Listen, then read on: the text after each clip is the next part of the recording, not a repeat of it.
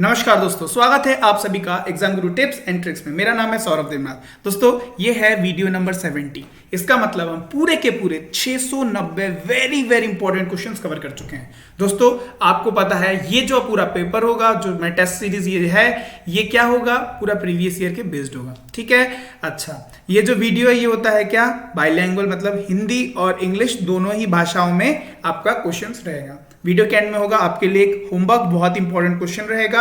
आपको होमवर्क करना है और कमेंट सेक्शन में अपना आंसर लिखना है। मैं आपके होमवर्क का वेट करूंगा। अच्छा, ये जो 10 इंपॉर्टेंट क्वेश्चन है, इस 10 इंपॉर्टेंट क्वेश्चन से मैं हमेशा ट्राई करता हूं कि ये अच्छे लेवल के क्वेश्चन हो। अगर आपसे ये बन रहा है, इसका मतलब आपकी तैयारी बहुत अच्छी है। ठीक है, और आप जरूर एनटीपीसी और ग्रुप डी को जरूर से जरूर क्रैक करने वाले हैं। ठीक है, मेरा मकसद यही रहता है ये 10 क्वेश्चन से मैं 12-15 तक क्वेश्चन जो है उसको मैं उसके कॉन्सेप्ट दे सकूं, है ना।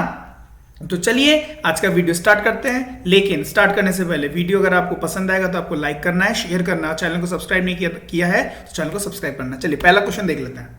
पहला क्वेश्चन बोल रहा है, एक संख्या का 90% और समान संख्या का 83% के बीच का अंतर 175 है। उस संख्या का 99% क्या है? कितने का डिफरेंस आ रहा है? ये 90% और 83%, द डिफरेंस इज 7%। अब यही 7% की वैल्यू क्या है? 175 है। किसकी पूछ रहा है? 99 की पूछ रहा है ना। तो क्या करना है? तो 175 डिवाइडेड बाई 7, ये 1% की हो गई और 99% की ये हो गई। जब इसको काटा तो 25 इंटू 99, तो 25 इंटू 99 की वैल्यू कितनी होती है? 2475, है ना। तो ऑप्शन नंबर बी। चलिए नेक्स्ट क्वेश्चन की तरफ बढ़ते हैं। नेक्स्ट क्वेश्चन क्या बोल रहा है? बहुत ही प्यारा सा क्वेश्चन है, देखिएगा ध्यान से। बोल रहा है, दो शंकुओं की ऊंचाई का अनुपात 1:3 है और उनके आधार की त्रिज्या का अनुपात, आधार की क्या त्रिज्या का अनुपात 3:1 है। उनके आयतन का अनुपात ज्ञात कीजिए। चलिए बहुत बढ़िया। तो यहां आयतन का पूछ रहा है। आयतन क्या होता है? 1/3 पाई आर स्क्वायर एच, यही होता है। तो यही लगा देते हैं। चलिए 1/3 पाई आर स्क्वायर, उनकी ऊंचाई 1:3 दी हुई है और आधार की त्रिज्या 3:1 दी हुई है। चलिए आर स्क्वायर तो क्या हो जाएगा? 3 इंटू 3। अच्छा, एच मतलब इसका जो होगा, एच इसका पहले वाले का ये 1 हो जाएगा। सो 1। समझ में आ रहा है कि नहीं आ रहा है? समझ में आ रहा है ना। तो चलिए इज इक्वल टू, इसी तरफ वो भी करना है पाई। अब यहाँ पे आर स्क्वायर मतलब 1 इंटू 1। अच्छा, 3, इसकी हाइट कितनी दी हुई है? 3। चलिए 1/3 से 1/3 गया, पाई से गया पाई, 3 से 1 गया 3, तो ये कितना आ गया? 3:1। ऑप्शन है ऑप्शन नंबर ए। समझ में आ गया। चलिए नेक्स्ट क्वेश्चन की तरफ बढ़ते हैं। नेक्स्ट क्वेश्चन देखिए, बोल रहा है, राम, करण और रोहन ने 6:4:3 की समयावधि के लिए 2:3:4 के अनुपात में पूंजी का निवेश किया। बहुत बढ़िया। वितरित लाभ का अनुपात ज्ञात कीजिए। अब बोल रहा है वितरित लाभ। वितरित लाभ का क्या होता है अनुपात? जिस अनुपात में वो लोग पैसा को इन्वेस्ट करेंगे उसी के अनुपात में लाभ हमको मिलेगा, उनको मिलेगा। तो चलिए इन लोगों ने समय मतलब कितना कितना क्या बोलते हैं इन्वेस्ट किया, 2:3:4 किया। समय विधि क्या थी? 6:4:3। इसका मतलब अगर इसका इससे मैं मल्टीप्लाई करूं तो उनका टोटल अमाउंट पता चल जाएगा। इसका इससे मल्टीप्लाई करूं, टोटल अमाउंट पता चल जाएगा। तो देख लेते हैं, राम, ठीक है, करण और रोहन, ठीक है, क्या था? 6:4:3 था। समझ में आ रहा है। चलिए अब जो है किस हिसाब से उन्होंने किया था? 2:3:4 से। इसका मतलब मल्टीप्लाई कर दूंगा तो टोटल अमाउंट निकल के आ जाएगा। समझ में आया। तो 6 दूनी 12, 3 4 12, 3 4 12। इसका मतलब ये क्या रेशियो हो गया? 1:1:1, है ना। इसी रेशियो में क्या होगा? लाभ को वितरित किया जाएगा। इसमें ऑप्शन तो है नहीं, तो ऑप्शन नंबर डी। समझ में आ गया। चलिए नेक्स्ट क्वेश्चन की तरफ बढ़ते हैं। नेक्स्ट क्वेश्चन देखिएगा, बहुत ही ट्रिकी क्वेश्चन है, ध्यान से सुनिएगा, देखिएगा सॉरी। चलिए, एक धनराशि 16 वर्ष में तिगुनी हो जाती है। चलिए बहुत बढ़िया। उसी दर से कितने वर्ष में यह 5 गुना हो जाएगा? अच्छा, अब यहां फंसाया गया है तिगुना। बताइए, पहले अगर मेरे पास 100 था, अब वो हो गया कितना? 300। तो ये तो 3 गुना हो गया, लेकिन बड़ा कितना? 200% बड़ा, है ना। 200% बड़ा मतलब 3 गुना तब होता है जब वो 2 टाइम्स क्या हो जाता है, बढ़ जाता है ना। 2 टाइम्स जब बढ़ जाता है तभी तो तिगुना हो जाता है। समझ में आया? इसका मतलब 2 टाइम्स बढ़ेगा कितने साल में, 16 वर्षों में। समझ में आ रहा है आपको? ठीक है, समझ में आ रहा है। तो पूछ रहा है कि उसी तरह से कितने वर्ष में 5 गुना हो जाएगा, मतलब वही 100 से कितना हो जाएगा, 500 हो जाएगा। मतलब बढ़ेगा कितना, 400, है ना, 400% बढ़ा। इसका मतलब 4 टाइम्स, इसका मतलब 4 टाइम्स। तब 2 टाइम्स में 16 हुआ तो 4 टाइम्स में कितना हो जाएगा, 32 हो जाएगा। समझ में आया? तो ऑप्शन नंबर ए ये जो था, समझ में आ गया क्वेश्चन। चलिए नेक्स्ट क्वेश्चन की तरफ बढ़ते हैं। देखिए इस क्वेश्चन को कितने स्पीड से उड़ा के हुए चले जाएंगे। बोल रहा है प्रतिवर्ष 7% पर 30,000 रुपए की चक्रवृद्धि ब्याज 4,347 रुपए है, अवधि वर्ष में क्या होगी। अब देख लेते हैं 4347 एक्चुअल में 30,000 का होता कितना है। 0 से 0 गया।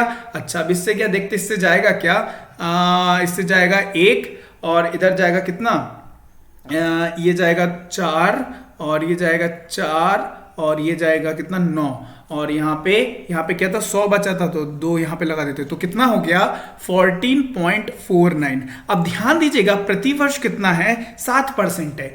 अब ये बताइए किसका केस है, चक्रवर्ती। फॉर्मूला क्या होता है, a + b ab × 100, यही होता है ना। इसका मतलब 7 + 7% तो बढ़ा, लेकिन इसका कंपाउंड इंटरेस्ट था, इसीलिए 7 × 7 मतलब 49 डिवाइडेड बाई 100। इसका मतलब यहां पे करूंगा तो 14.49। इसका मतलब ये कितने वर्ष का केस था, 2 वर्ष का केस था। तो ये कितने वर्ष का हो गया, 2 वर्ष का। समझ में आ गया? कोई फॉर्मूले की जरूरत नहीं है, कुछ दिमाग नहीं लगाना है। सिंपल जैसे देखा 14.49, यहां देखा अरे ये तो 7 का स्क्वायर हो रहा था यहां पर, है ना। इसका मतलब ये कंपाउंड इंटरेस्ट में हो गया और ये 14 जो है इसको मैं 7 + 7 लिख सकता हूं, तो 2 साल का लगा दिया। समझ में आया किस तरीके से किया। चलिए नेक्स्ट क्वेश्चन देखिए।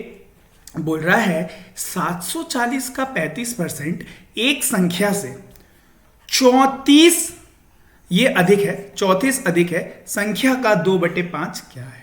अच्छा तो सबसे पहले 740 का मैं 35% निकाल लेता हूं, है ना। तो 35% जैसे ही निकालूंगा तो ये कितना हो जाएगा आपका, ये आपका निकल के आ जाएगा 259। अच्छा अब ये जो 259 है ये किसी संख्या से कितना ज्यादा है, 34 ज्यादा है। इसका मतलब वो संख्या क्या होगा, तो 259 - 34 होगा, तो कितना हो जाएगा, 225 हो जाएगा। इसका मतलब समझ में आया। अब बोल रहे संख्या का 2/5, तो इसका क्या करना है, 2/5, तो 225 × 2/5 ये कितना हो गया, 4 2 5। इसका मतलब कितना हो गया, ये 45 हो गया। 45 × 2 मतलब 90 हो गया। Answer number B. समझ में आ रहा है। नेक्स्ट क्वेश्चन की तरफ बढ़ते हैं। नेक्स्ट क्वेश्चन देखिए, ये हिंदी में नहीं है, कमेंट सेक्शन में प्लीज मत बोलिएगा इसका मैं हिंदी नहीं कर पाया। चलिए आपको तो इंग्लिश आती ही है, यही मैं मान के ये दिया है ना, मुझे निराश मत करिएगा। चलिए देख लेते हैं।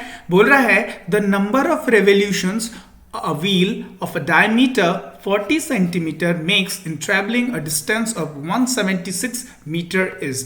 बोल रहा है यहां से लेके यहां तक जो है वो 176 मीटर है। एक मेरे पास चक्का है, चक्का जो है ये है, मेरे पास एक चक्का है। इसका क्या बोल रहा है, इसका जो ये है क्या व्यास है वो 40 सेंटीमीटर का है। इसका मतलब जो त्रिज्या होगा, त्रिज्या कितने का होगा, 20 का होगा। 40 का आधा 20 होगा। अब वो बोल रहा है कितने उसको बार रेवोल्यूट करना पड़ेगा, मतलब घूमना पड़ेगा, कितने बार उसको चक्कर लगाना पड़ेगा जिससे 176 मीटर पहुंच जाए। अच्छा अब इसको अगर मैं इसको खोल लूं, क्या इसको ये सर्कल है ना, इसको मैं खोल लूं तो ये सीध में बन जाएगा। इसका मतलब मैं क्या कर रहा हूं, इसका सरकमफेरेंस देख रहा हूं और इसके डिस्टेंस को डिवाइडेड बाय इसका एक सरकमफेरेंस निकालूंगा, मतलब एक उसका क्या निकालूंगा, सरकमफेरेंस निकालूंगा, तो मुझे पता चल जाएगा कितनी बार वो गोल गोल घूम के गया। तो इसका सरकमफेरेंस निकालने के लिए क्या करना पड़ेगा, 2πr मतलब 2 × 22/7 × अच्छा ये 20 सेंटीमीटर में है तो मीटर में कन्वर्ट करने के लिए 0.20 ध्यान रखिएगा। अच्छा 176 से डिवाइड मार देता हूं, 176 डिवाइडेड बाय 2 × 22 × 0.20 डिवाइडेड बाय 7। समझ में आ रहा है कि नहीं आ रहा है, समझ में आ रहा है ना? तो चलिए 176 डिवाइडेड बाई 7 को ऊपर मल्टीप्लाई कर दूं, पहुंच गया। तो ये 44 इंटू 0.20 मतलब 8.8 है ना। जब मैं काटा पीटी करूंगा तो मेरा आ जाएगा 140 रेवोल्यूशंस। समझ में आया? चलिए नेक्स्ट क्वेश्चन की तरफ बढ़ते हैं। बहुत ही प्यारा क्वेश्चन है, ध्यान दीजिएगा। अच्छा, इसका जो इंग्लिश है ये बिल्कुल सही लिखा है, हिंदी ट्रांसलेटर से किया, तो ट्रांसलेटर थोड़ा सा ऊपर नीचे किया है, देखिएगा, ध्यान दीजिएगा। बेलनाकार स्तंभ का घुमावदार सतह मतलब क्या है? ये कर्व सरफेस एरिया, ठीक है। क्षेत्र कितना है? 264 वर्ग मीटर है और इसकी मात्रा मतलब ये मात्रा है, ये क्या है? ये आयतन है। क्या है? ये आयतन है। आयतन कितना दिया हुआ है? 924 घन मीटर है। इसकी ऊंचाई के लिए व्यास का अनुपात खोजें। समझ में आ गया?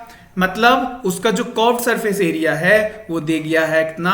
264 मीटर स्क्वायर। अच्छा, उसका जो वॉल्यूम है उस सिलेंडर का वॉल्यूम कितना दिया हुआ है? 924 मीटर क्यूब। तो पूछ रहा है उसकी ऊंचाई और व्यास का अनुपात जो है, उसकी ऊंचाई और व्यास का अनुपात खोजे। 1 मिनट, यहां पे बोला है ऊपर डायमीटर टू दी हाइट और यहां पे हिंदी में लिख गया है ऊंचाई और व्यास, ठीक है। तो हम लोग ये देखते हैं डायमीटर टू इट्स हाइट, ठीक है, इसको हम लोग पकड़ के चलते हैं। समझ में आ रहा है ना? तो चलिए अब देखिए इसका क्या बोला है? कर्व सरफेस एरिया कितना दिया हुआ है? 264। तो कर्व सरफेस एरिया का फॉर्मूला क्या होता है? 2πr/h, यही होता है। ये दिया हुआ है कितना? 264, इज इट? अच्छा, अब बोल रहा है अब वॉल्यूम क्या होता है? πr²h, πr²h, ये कितना दिया हुआ है? 924, यही दिया हुआ है। चलिए बहुत बढ़िया। अच्छा, अब मुझे एक बात बताइए, ये और ये सिलेंडर तो बराबर है ना? इसका मतलब ये जो इक्वेशन है और ये जो इक्वेशन है ये तो बराबर है। इसका मतलब अगर मैं इसको ये नीचे पहुंचा दूं तो मैं क्या इसको क्या ऐसे लिख सकता हूं? 2πr/h divided by 264 is equal to πr²h divided by 924, बिल्कुल लिख सकता हूं। चलिए काटा पेटी चालू करते हैं। r से गया एक r, h से गया hx, पाई से गया पाई, है ना। उधर क्या हो गया? 2 into 924 divided by 264 is equal to क्या? r, है ना। समझ में आ रहा है? तो r की वैल्यू निकल के आ गई 7। चलिए अब मेरी वैल्यू आ गई r की, तो मैं किसी भी एक इक्वेशन में पुट कर देता हूं। चलिए इस इक्वेशन में पुट करते हैं तो मुझे h की वैल्यू पता चल जाएगी। तो देखते हैं। So 2 into 22/7 into 7 is equal to h is equal to 264। तो h की वैल्यू निकल के आ जाएगी मेरी 6, ठीक है। अब ये 6 आ गई और आ गई, किस चीज का रेशियो पूछा है? Diameter to its ratio. अच्छा, रेडियस अगर साथ है तो उसका डायमीटर क्या होगा? उसका व्यास क्या होगा? 14 होगा। तो 14:2, उसका हाइट कितना निकला है? उसका हाइट 6 निकला है, 6। तो 7 से गया तो 7 और मतलब 2 से गया तो 7:3, 7:3, ऑप्शन नंबर बी। समझ में आ गया? प्यारा क्वेश्चन था ना। चलिए नेक्स्ट क्वेश्चन की तरफ बढ़ते हैं। नेक्स्ट क्वेश्चन देखिए। नेक्स्ट क्वेश्चन बोल रहा है ए और बी का कुल आयु बी और सी के कुल आयु से 12 वर्ष अधिक है। सी कितने साल ए से छोटा है? चलिए बहुत बढ़िया। अच्छा, सपोज बी और सी को मैं लिख देता हूं x, तो क्या मैं लिख सकता हूं a प्लस बी जो है वो क्या है? वो 12 वर्ष अधिक है ना। किससे? x से। तो x प्लस 12 लिख सकता हूं ना। अच्छा चलिए x की वैल्यू अब मैं रिप्लेस कर देता हूं। a plus B is equal to ये b plus C is equal plus 12। समझ में आया? b से b कैंसिल हो गया, ये इस तरफ गया, a minus C is equal to 12। यही तो पूछा था। c जो है कितने साल a से छोटा है? कितने साल छोटा है? 12 साल, ऑप्शन नंबर ए। चलिए आज का आखिरी क्वेश्चन देख लेते हैं, ठीक है। क्वेश्चन क्या बोल रहा है? बोल रहा है मोहन की वर्तमान आयु में राम की वर्तमान आयु का अनुपात 5:6 है। The ratio of Ram's present age to the Mohan's present age is 5:6। Ram और मोहन का क्या है? 5:6 है। चलिए बोल रहा है 8 साल बाद यह अनुपात बदलकर 7:8 हो जाता है। कितने साल बाद? 8 साल बाद। चलिए बहुत बढ़िया। राम की वर्तमान आयु का पता लगाइए। इनके बीच में डिफरेंस कितना है, एक है। अच्छा, कितनों भी साल बढ़ जाए डिफरेंस तो उनके बीच में जो है वो सेम रहना चाहिए। क्या सेम है? बिल्कुल सेम है। इसका मतलब 6 से 8 बढ़ा या 5 से 7 बढ़ा, कितना बढ़ा? 2 बढ़ा। 2 बढ़ा, लेकिन यहां पे कितने साल बढ़ा था? 8 साल। तो एक बढ़ने की वैल्यू क्या है? 4 है। अच्छा, राम की क्या पूछा है? वर्तमान आयु। ये रेशियो जो है ये वर्तमान आयु का है, राम का 5 है, तो 5 इंटू 4 मतलब 20 साल का है। कौन? राम। समझ में आ गया? आज का स्क्रीनशॉट देख लीजिए, सॉरी होमवर्क देख लीजिए, स्क्रीनशॉट खींच लीजिए। डेप्रिसिएशन का क्वेश्चन है, बहुत ही अच्छा क्वेश्चन है, इंपॉर्टेंट क्वेश्चन है, पेपर में बहुत बार पूछा गया है। ठीक है, इसका जो होमवर्क है, होमवर्क का आंसर कमेंट सेक्शन में कमेंट करेगा। वीडियो अगर पसंद आया तो वीडियो को लाइक जरूर करिएगा, शेयर जरूर करिएगा, चैनल को सब्सक्राइब नहीं किया है तो चैनल को सब्सक्राइब कर लीजिएगा। चलिए मिलता है आपसे नेक्स्ट वीडियो में, तब तक के लिए bye bye and have a nice day.